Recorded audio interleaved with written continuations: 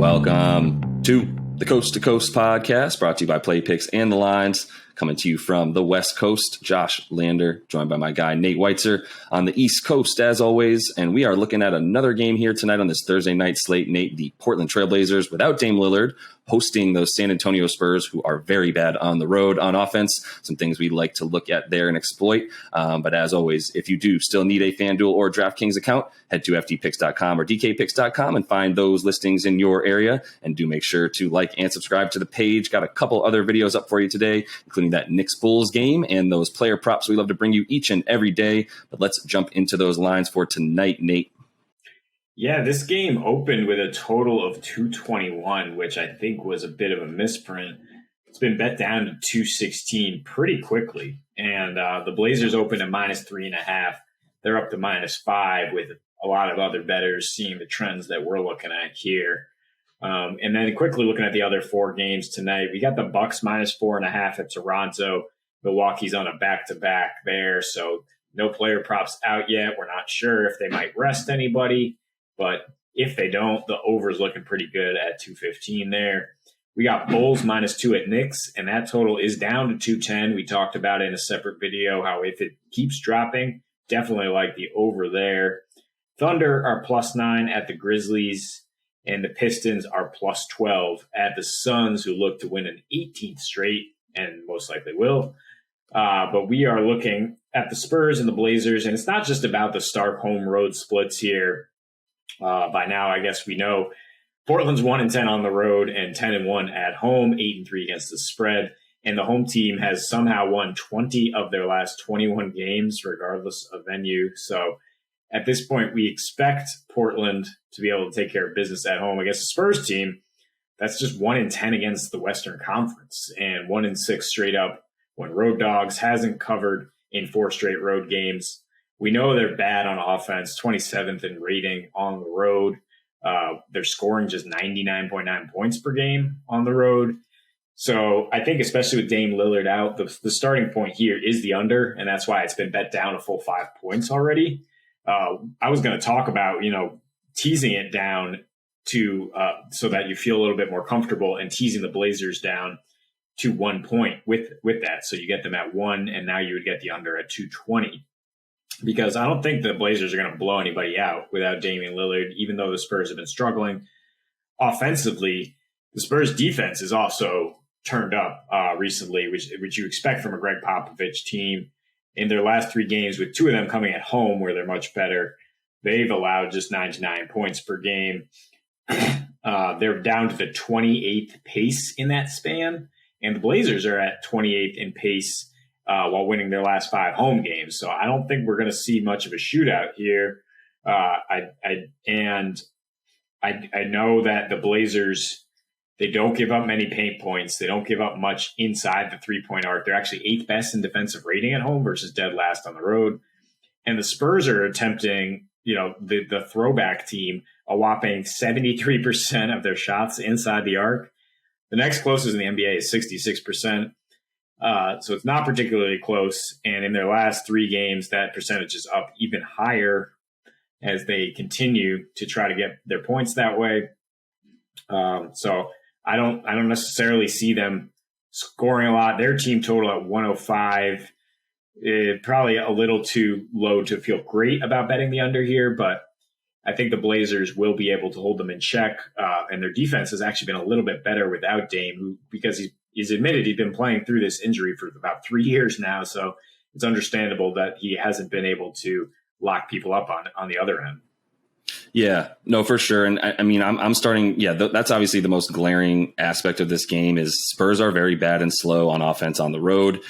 Blazers are an incredible team at home and a horrible team away from home. And yeah, I think, the defensive rating for Portland at home and the way that they play D at home, which is just complete 180 from everything that they do on the road, as we mentioned, in terms of how much they're giving up on the road at 117 points a game versus 103 at home, seems almost inexplicable. But I guess Portland fans are a bigger sort of advantage than we maybe ever realized at the Moda Center. But I think, things I feel comfortable about tonight in this game: CJ McCollum scoring points. That's kind of it. And I think the spread has gotten a little bit too high for me. Initially at about maybe 3 or so, I would feel pretty good about taking Portland, but getting this up to about 5.5 starts to make me go, we're overvaluing this team a little bit. And I do see what the Spurs have done in their last 2 against, look, Boston and the Wizards. Say what you want about their consistency this season. The Wizards have been more consistent, but and a very good defensive team. Celtics, same, they've at least been a good defensive team despite everything else that's been going on with them on offense. And, the Spurs were still able to pull this one out, and they did it in 2 different fashions entirely, both at home. But they did win, 116 to 99 against the Wizards at home in their last one. But the game against the Celtics, right, was an 8-point game where they scored 96 and won 96-88 against the Celtics. So I think they win with defense. They scored 126 against the Wizards, which was nice, but it was mostly about them giving up those 99 points. So that's why, I do think the under is the play here, especially with Dame out. And really, if anything, I would feel I'm feeling good about the Spurs spread, but I feel really bad about taking a Portland team to win tonight by that much, just because I do think that in a choppy, slow, muck it up kind of game, the Spurs that they want to create, and the fact that both of these teams play at that slow pace, the Spurs so slow on the road, Portland's been just as slow at home as of late as well. So that makes me feel good about the under. Not really too confident about that spread, although I would like the Blazers to be able to pull this one out. If you like a money line under parlay there for them, that's the route that I would go. But at the end of the day, CJ McCollum, as you mentioned, without Dame in those last 17 games, averaging 29 points a game on a very high usage rate and a ton of minutes. So, with an incredible efficient rating as well. That's where I would start with his points there in that prop on FanDuel. And then, eye that total as well, and probably stay away from the spread tonight, to be honest. Yeah, CJ's offensive rating even better against the Spurs, regardless of whether Dame plays or not. I think it's because there's really no answer for what he does. You can't scheme CJ McCollum when he has a counter and another counter to everything you might do.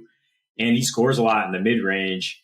But other than that, I mean, the Spurs are mostly giving up a ton of production from 3, a ton of paint points, and I don't think that they're going to struggle to stop this Portland team without Dame, and they're just giving up 105 points per game on the road. The Blazers just giving up 103 at home. So you just look at the raw numbers there in terms of points per game. It's hard to imagine how we would get up near 220, which is where that total opened. Again, that just seems incorrect. I think as long as you can tease it back more comfortably to where it was and get those Blazers at a small spread.